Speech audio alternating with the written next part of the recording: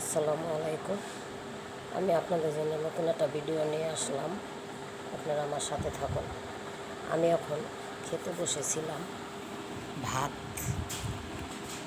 ভাবলাম একটু ভাত খেয়ে নেই, দুপুরে রাত্রে দাওয়াত আছে। তো এখন আমার রিজিকের মালিক আল্লাহ আমাকে একজন গিফট করেছে, বলে এই আপনাকে রয়্যালের বিরিয়ানি দিলাম। তখন আমি কী করব, আমিও নিয়ে নিলাম। আমাকে একজন রয়্যালের বিরিয়ানি গিফট করেছে, বলছে এটা আপনার জন্য।